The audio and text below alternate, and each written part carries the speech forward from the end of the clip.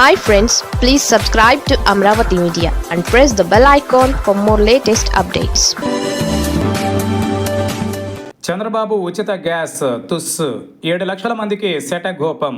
రాష్ట్రంలోని కూటమి ప్రభుత్వం ప్రతిష్టాత్మకంగా అమలు చేస్తున్న ఉచిత గ్యాస్ పథకం తొలి దశ పూర్తయింది. గత ఏడాది అక్టోబర్లో ప్రారంభించిన తొలి దశ ఈ ఏడాది మార్చి 31వ తేదీ వరకు కొనసాగింది.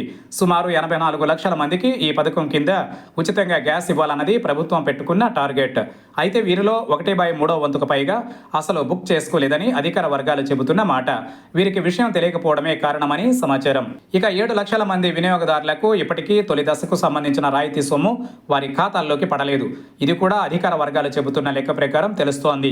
మరి ఇంత పెద్ద ఎత్తున ఈ పథకంలో సొమ్ములు ఎందుకు జమ కాలేదన్నది తేల్చాల్సి ఉంటుంది. పైగా ఇంత జరుగుతున్నా ఎవరు కూడా పట్టించుకోలేదు. ఉభయ గోదావరి జిల్లాలు సహా ఉత్తరాంధ్రలోని విశాఖ, విజయనగరంలో లక్షల మంది ఈ పథకం అందుకోలేకపోయారు.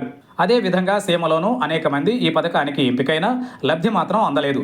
విజయవాడ, గుంటూరు లాంటి చోట్ల కూడా ఇంకా తమకు సొమ్ములు పడలేదని ఆఫీసుల చుట్టూ తిరుగుతున్న వారి సంఖ్య వేలల్లోనే ఉంది. అయితే తొలి దశ అనుభవాలను దృష్టిలో ఉంచుకున్న చాలా మంది ఇప్పుడు దీనిపై ఆసక్తి చూపించడం లేదు.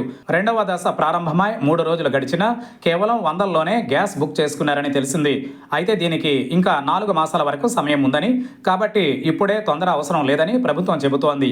కానీ తొలి దశ విఫలమైందన్న చర్చ నేపథ్యంలో మలి దశపై ప్రజలలో ఇంట్రెస్ట్ లేకపోవడం వాస్తవం. ఈ ప్రభావాన్ని తగ్గించుకోకపోతే ఈ పథకం కింద ప్రభుత్వం ఆశిస్తున్న మేలు జరగకపోయే అవకాశం ఉందని పరిశీలకులు హెచ్చరిస్తున్నారు.